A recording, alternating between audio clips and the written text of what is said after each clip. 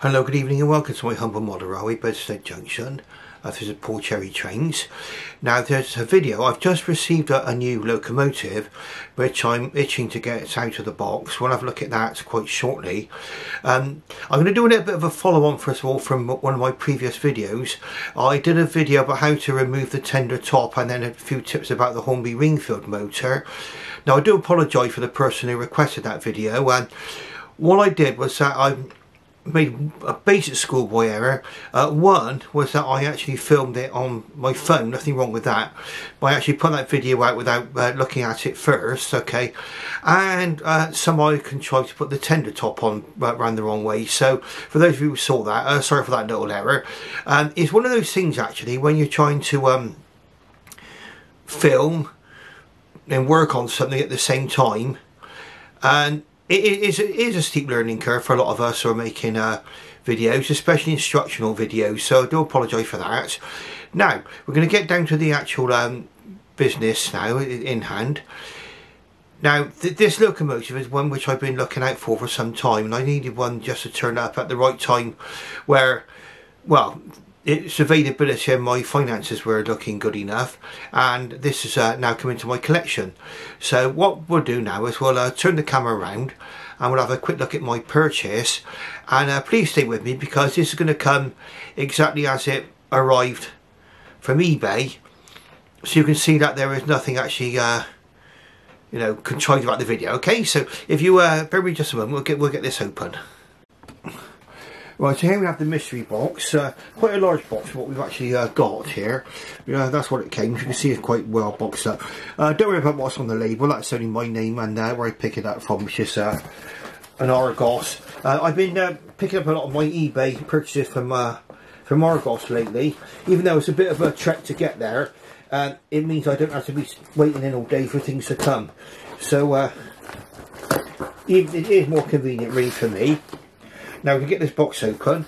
We'll be using Trusty Rusty. There he is. Trusty Rusty. Trusty and Rusty.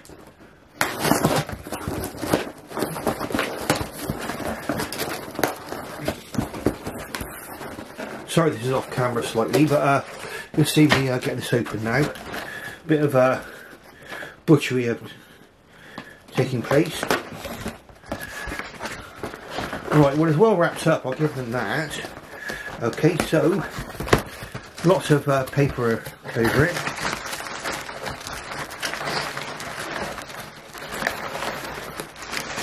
And here's the locomotive, all nicely wrapped up in bubble wrap. So see, that's come all nice. We'll just put that box to one side because it's all full of paper and stuff. And we'll just remove the bubble wrap. And then we can see what's we've actually got. So you can tell, and this is opened up exactly as it was received from eBay today, collected earlier today. Right, now probably as you might be able to gather, we can see the tail end of another one there. There we go. Let's see if we can get this my tripod to behave. There's a diesel over there. Yes, it's going to be a diesel. Okay, so sorry to spoil the surprise. You may have already noticed that there. Okay, so what we've got here now is R3282 BR Class 42 D853 Thruster in maroon. Okay, you can see the end of the box there. Thruster is one I've been trying to get hold of. There is going to be a another Hornby locomotive coming out. It should be in the new year, which is not much more expensive than this one actually. I paid £80 for this, but it's when you see the one you want. I mean, you just got to decide whether you're going to pay for that much and you're going to go for it. Okay, so we'll just remove some of the packaging now. And it's the with Hornby Railroad, which this one is, you've got the polystyrene packaging there. Now the eBay description said it was in excellent condition and also running, so we'll soon find out about that. Now there's something which I might show you later on in the video, maybe on another running session perhaps, we'll see. Right, something that we'll have a look at that in a minute. Okay, right, something that bothered me then for a second. We'll see if it makes any difference on their actual running. Right, so let's see, you've got the usual leaflets, class 42, Bobo, diesel electric locomotive, DCC ready or DCC fitted. DCC ready, hopefully. And there's some fairly simplistic instructions for how to take this one, remove the body and to go inside.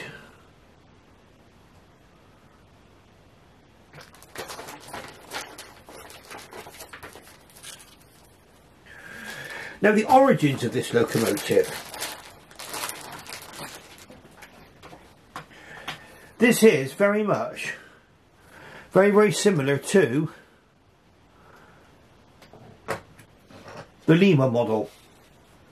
Okay, since Hornby took over at Lima, I think Lima stopped in about 2004 as a separate entity. They were brought in by Hornby.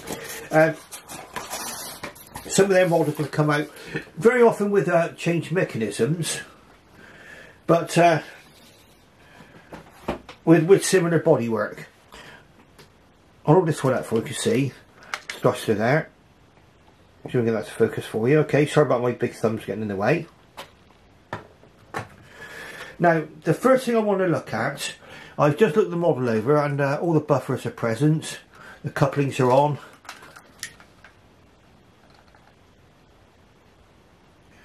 I believe this model's got traction tyres, and it has. Okay, that's fine. So we should be about ready to get underway.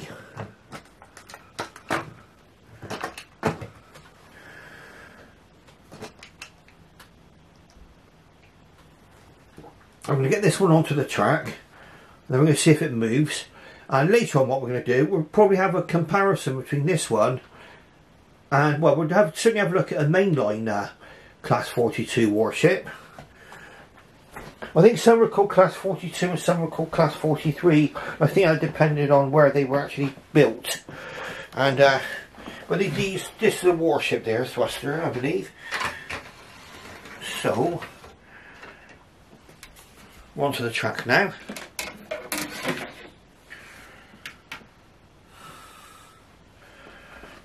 And we want to see now whether or not my latest purchase actually works. Okay, probably about the main thing we would hope for. And I will go through some of the differences actually. We've got there's a number of class 42 warships you can buy. There's this Hornby Railroad version. I believe the one coming out in the early next year, hopefully from Hornby. That one is going to be a Railroad Plus model. I mean, what you get over and above on this model remains to be seen, but we'll wait till that model comes out. We'll just see. Oh, there we are. We're running backwards, so forwards. Sorry if I make a few errors in making my videos. Very often I'm up here, sort of, well, early evening very often. This is 9:25 on the 30th of November 2023. But if I make any mistakes, please forgive me for that. Oh look, we're running forwards and backwards beautifully. That is a really nice runner in my opinion. Already I feel happy about this. Right, so this is the Hornby Warship Diesel Thruster. Now what we'll do is, while we're looking at the model as well, how it runs and everything, we'll also talk about the significance of these particular engines and where they fitted into the western region of British Rail, and why they saw a fairly premature demise, premature in my opinion at least. Okay, but we'll have a look and see now. So what we're looking for now is to get some carriages hooked up to this, and we'll try and see what she's like putting some coaches. And while we're going round, we'll talk about it. We'll also do a points test. We'll check the locomotive runs properly on points. So I should have reversed onto that train then, but I was so eager to get going. It does actually go forward in reverse quite smoothly actually. I'm quite impressed by the running qualities of this locomotive. I'm going to lower the tripod down a little bit as well. So come down a little. There we go, back there I think. Yeah.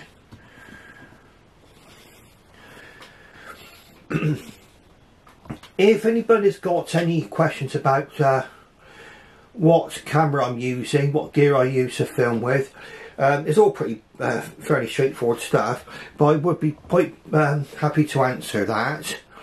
Okay, so we'll do then, we'll see if we can get underway.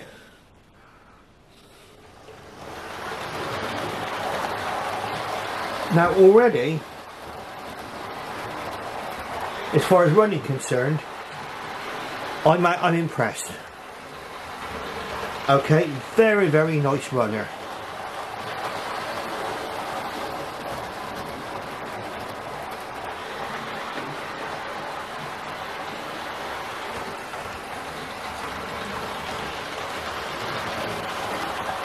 You get some basic cab detail in here, but when we get closer to the locomotive, you'll see that there's had to be looks like there's accommodation still in the design of the locomotive to fit a Ringford style motor. I don't think this one has that. I think it's got a different type of motor now. These used to have a Ringford motor in, or a Ringford style motor when Lima were making them, and they were a little bit more noisier than this. But with the Lima model, to be fair, you're comparing sort of much sort of later technology to this. Now, if you were looking for something to run on your layout, that seems to be fairly durable, good runner, lovely round the layout. I think already I could happily recommend one of these, as long as you bear in mind it's a railroad model, okay? And I've got to be honest and say that even back in the day, when you compare the Lima model with the Mainline model, probably there's the Mainline model or the Batman model is slightly better detail. But for the purpose of running a railway, absolutely fine. And I think Hornby don't get enough credit. They have come under a lot of fire in recent years for various things. But when they do get something right, they get it absolutely right. Now with the railroad range, this enables people to be able to build up a model railway collection without breaking the bank. Now I think when the actual Railroad Plus version of this comes out, if the current price is to be believed, that will be costing about £90, which in today's day and age will represent quite good value. Okay, so very nice. It's putting 3 Great Western coaches. Now, for my own mind, if you wanted to have something more visually pleasing, I would have probably put the maroon coaches, the BR Mark 1 coaches, which are now with the Mainline model. I would have put the maroon coaches with this one, and put the Great Western coaches with the green model. Okay, that's just a preference of mine. Some of you might not worry about that. The reason I've had to do that is because of the design of this layout. It's only 6 feet by 4 feet, and I've managed to find a way of basically cramming a quarter into a pint pot with this layout.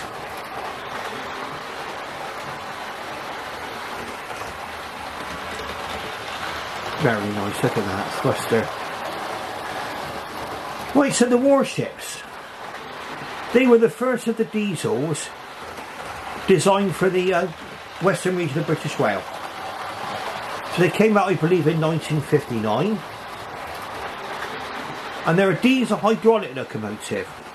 Now what they were very similar to, because the the western region were looking for inspiration about where they would go for designs, they decided to go diesel hydraulic.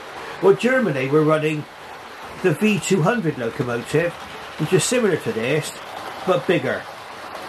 So this in many ways is a smaller version of the V200.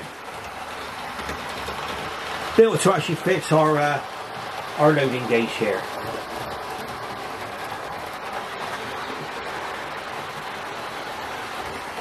And they were all withdrawn, I believe, by about 1972. So they only had about 10 or 12 years in service. Now there's a little bit of a noise coming out of my locomotive as it goes on a certain part of the track. Just hear it now, a slight squeak. Now I believe it's stopped. Probably just where it's been out of use. I will be giving this one a bit of a service. I'll be giving it a little bit of an oiling.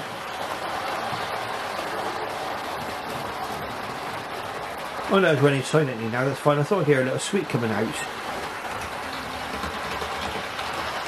Oh, so let's get back to the western region of British Rail. So these were built for the western region of British Rail.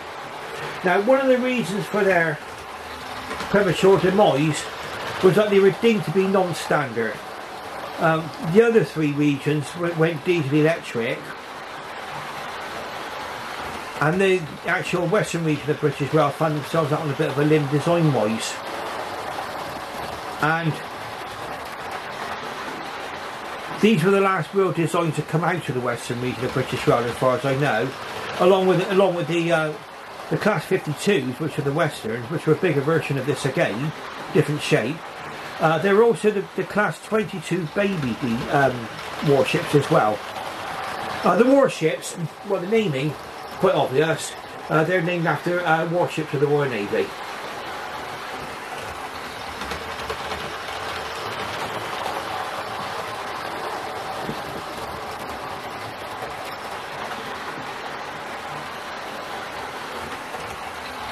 Right, so question number one.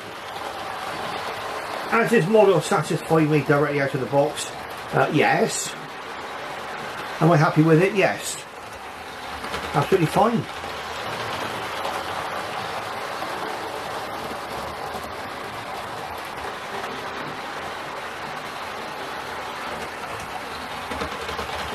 Now what we're going to do, just for the running purposes tonight, for the running test, we're going to see what this locomotive is like running over points. Now, if my other warships are anything to go by, I have already the mainline version of this, which is Highflyer, which is on the tracks tonight, and I also have the Lima version of this, which is Druid, and they've all been perfectly fine over points so far. Okay, so we're going to try this one over points now, and we'll see what it's like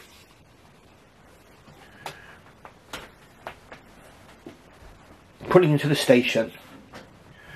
Now I do have high hopes for this.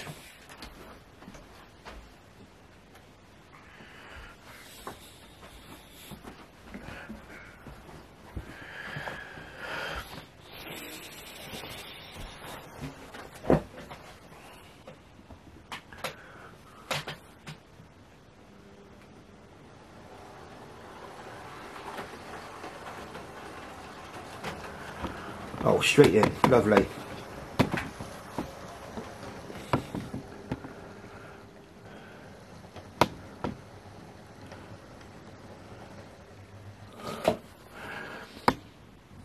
Sorry about that, I didn't quite follow it in. Right, sorry about this. You know, I've been making videos for 2 years now, and I still feel like I'm on a bit of a learning curve with everything. So you'll need to be patient with me when I make the odd kind of tripod mistake and things. Well, what do I think? Absolutely fine. Absolutely fine. You can see what it's like now against the green version, which is the mainline version just here. Just beyond us. And that's a mainline version Highflyer. I have done a video on this one, and also how I repaired this particular locomotive here, Highflyer. The mechanism has come under a lot of criticism from a few reviewers in the past, but really, once you've got the right parts to fix it, on my experience at least, there was no real problems with it once I managed to get in and fix that. Now, we're going to have a quick comparison and you'll be able to see what the mainline version is like. Now bear in mind, Mainline stopped making locomotives in 1984. So we are now, it's now getting on for at least 40 years old. In fact, I bought this one in the early 1990s, okay? When I bought this Mainline version, it looked like it had been through World War III, okay? It really did.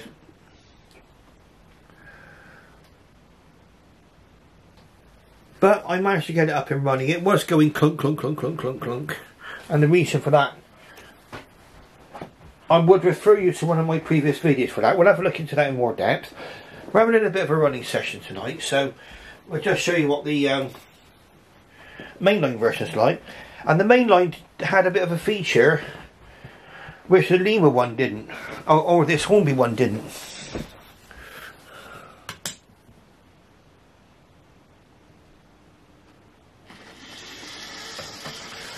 Now you see this one pulling out to the station now.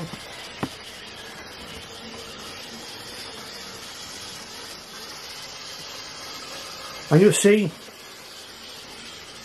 not bad over points really, is it, for a, well, at least 40-year-old locomotive. And as this locomotive comes towards us, you'll see the one of the major differences.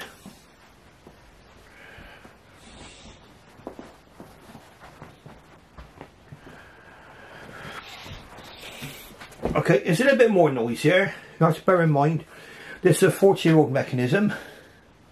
But away we go.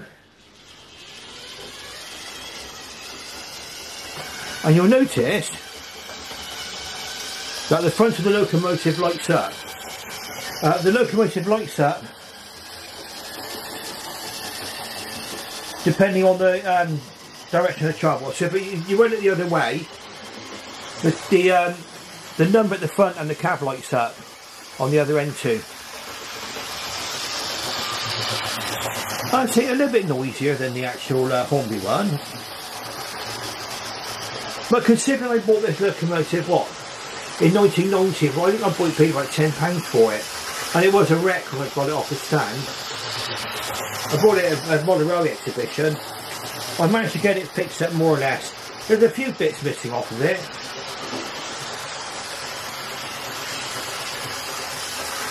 But I managed to get it running quite well.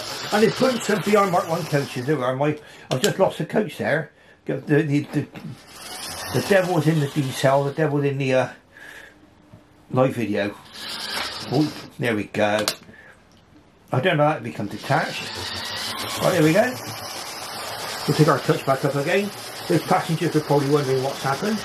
Okay, so that just gives you a brief comparison between the Hornby Railroad version, which is body-wise literally identical to the Lima, okay, and the Mainline one. Now, the main differences was this has got a light-up cab. There's more detail. The glazing I'm going to pull these in together, and I'll show you the main differences that I can spot. And this may give you a decision, help you to make a decision maybe as to whether or not you'd want to go for the Hornby version or a Mainline version, if you can find one that's working alright, and pardon me, or a Bachmann, because these Mainline, when they came out with the Bachmann version of this, again they used virtually the same body shell. Bachmann took over from Mainline. Mainline were briefly replica railways, and then they went over totally to the Bachmann branding. But you would find that a lot of the early Bachmann stuff use the Mainline toolings, and in fact I think they continue to use them for quite even up until the present day. Let's give this one a run over the points, and then we'll talk about the main differences between the two.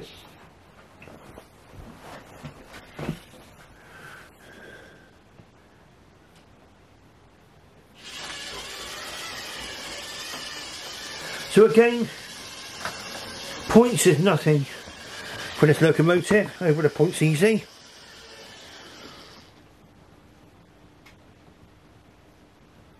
And we just come to a halt on this. This is what the condition of my track, I'd say. No. Probably me being a bit ham-fisted with the controller. Okay, so we're in.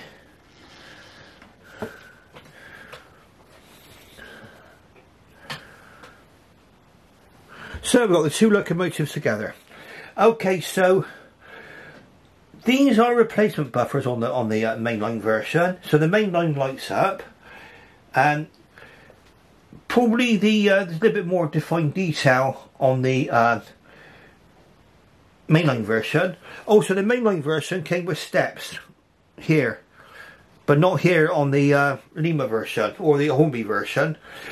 That may have been because the steps might have interfered with the bogies as they were going around the track. In fact, I've noticed that someone's either broken off or removed a couple of the steps from this mainline version here.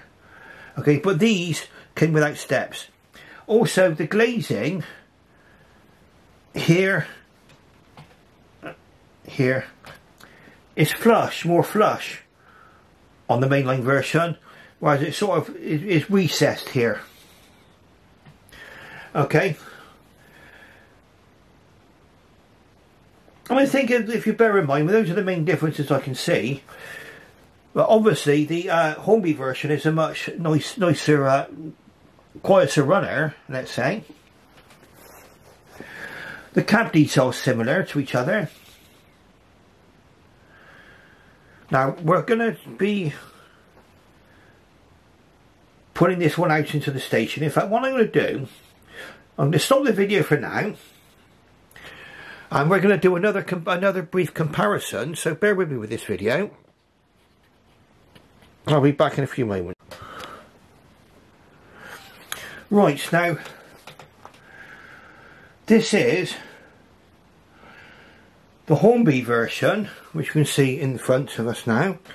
And behind it is the Lima version. Now, drastic difference in shades here and colour. Now, I've not got encyclopedic knowledge, okay, of these of all locomotives.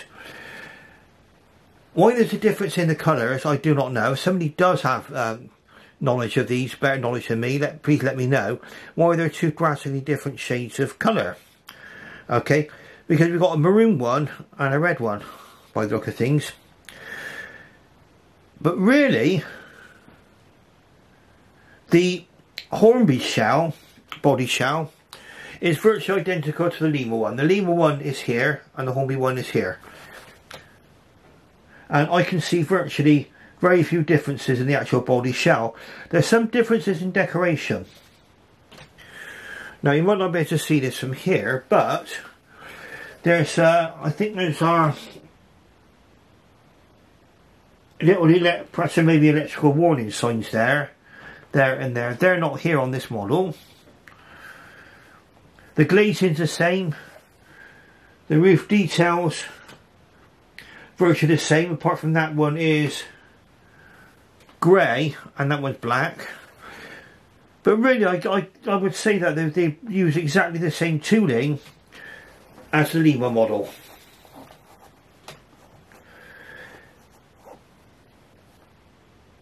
Now, I'm going to show you the Lima model running, okay, so I can get that one going for you, because then you can make a choice. If you see the Lima version, obviously, unless it's a version which you absolutely must have, like a particular name of locomotive, I would say that you need to think about then the comparison about, considering these are quite reasonably priced, the Hornby ones, the Lima one would have to be a fair bit cheaper in my opinion, okay? Even though it's a very worthy little version, this, as you'll see in a moment. Now, when I have, for various reasons, put all my stuff away in the attic,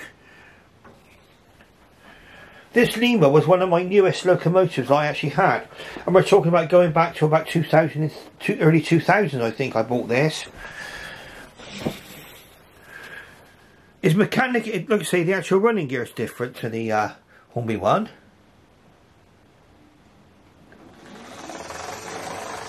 Not quite on the rails there. Let's have a look. The joy of live video as always. Why on the rails? No, it appears to be. Maybe it's the carriage.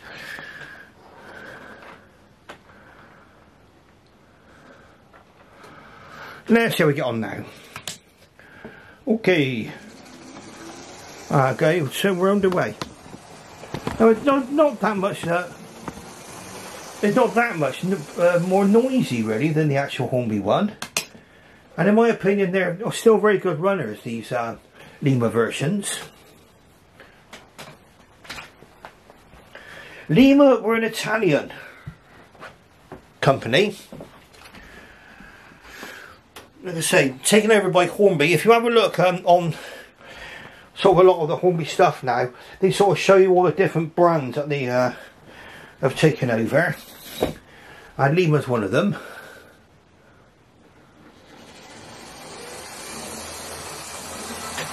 You can see, yes, it does make a little bit more of noise. But this is run on a, it's a kind of a ring foot style motor in this one, I believe. This one had been in the attic for many years.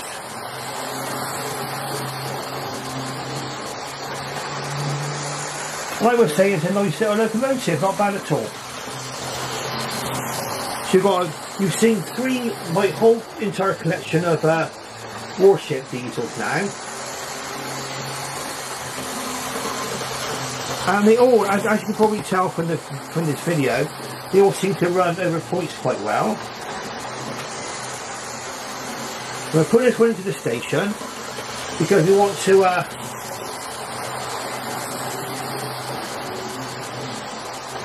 wind this video up at some point. I was considering putting a thruster on a Lazy Susan, but for you to have a close-up look, I think what we'll do is we'll do that for another time. Because what I may do is have a look at the mechanism and see how this one comes apart. Maybe do a servicing video as well. We'll have a look at that. Okay, so let's pull this one in. And for me, I would say yes. I mean, in my video making hobby sort of thing, I've very much been on uncharted territory a lot of the time. So if ever I make any errors in my videos, please forgive me. I mean, it's just point them out nicely to me if I do make any. But I think I negotiated that quite well.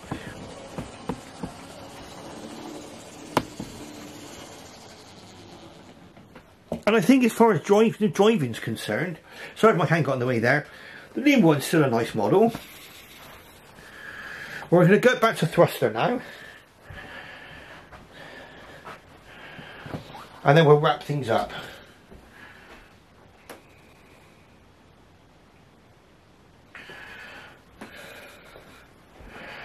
And perhaps we can imagine or begin to contemplate the amount of upheaval that dieselisation must have caused, not just for the western region of British Rail, but for the entire BR system. Now that is very quiet, so we're going to follow her out. Very nice, that ran over points perfectly well. Really nice runner, this one. Okay, so that's this thruster. So we've got the 815 Druid, which is the maroon one, the Lima. And we've got thruster on the tracks now.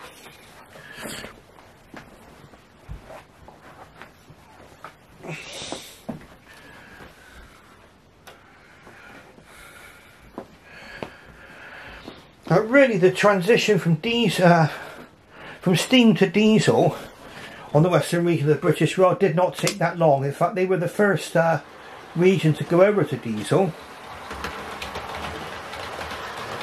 Diesel day, so to speak, was going to be at the end of 1965. The end of 1965. The only thing that stopped the diesel day, I hear a bit of a clonk there. There we go, that solved that. Okay, diesel day was going to be at the end of 1965. In fact, the only part of the western region of British Rail that was unable to convert was the Somerset and Dorset Joint Railway. Another story altogether. Probably just a mention of that has probably got some of you going. That's another story altogether for another time. Okay, they ran with steam until March 1966. Mainly because the replacement bus service that was supposed to took them over did not materialise, so they were forced to run the S&D for another 3 months, 2 or 3 months. Okay, so here we are, this is a thruster now, whizzing down the tracks. Absolutely fantastic. So if you like what you see, please press the like button and subscribe and ring that bell for notifications. Okay, and for all those of you who have actually subscribed to my channel, thank you very, very much. I think my subscriptions now gone up to 410 the last time I looked. It did take an age to get over 400. It was quite I mean, okay, if some of you decide to unsubscribe from my channel, then obviously you decide that my channel's not for you, that's fine. I mean, that's, you know, that's perfectly fine. But if you do unsubscribe, actually, let me know why. I mean, I'm subscribed to loads of channels now myself, and but for those of you who are sticking with me as subscribers, thank you very, very much for doing so. I do very much appreciate it. And this channel really has gone beyond all my wildest dreams. Okay. Now, on that note, I shall thank you for watching. I shall bid you farewell and good night. Oh, and sorry, just jumped to the tripod there. Another live schoolboy error. Oh dear, oh dear. Sack the cameraman, he's rubbish. Okay, here we go. So something I just wanted to see. If we go round. Bear with me just a moment. Oh yeah, this thruster with D853. Okay, we'll just look up on there. Go down there for a closer look. There we go. Bit of an area view of it. It's got four driving wheels, 4 wheels, two sets of wheels, one axle there, one axle there, one axle there, one axle there. Okay. The later Westerns, I believe, had 3 axles per bogie, but this one's got 2 axles per bogie, okay? So thanks very much for watching. I bid you farewell, and good night.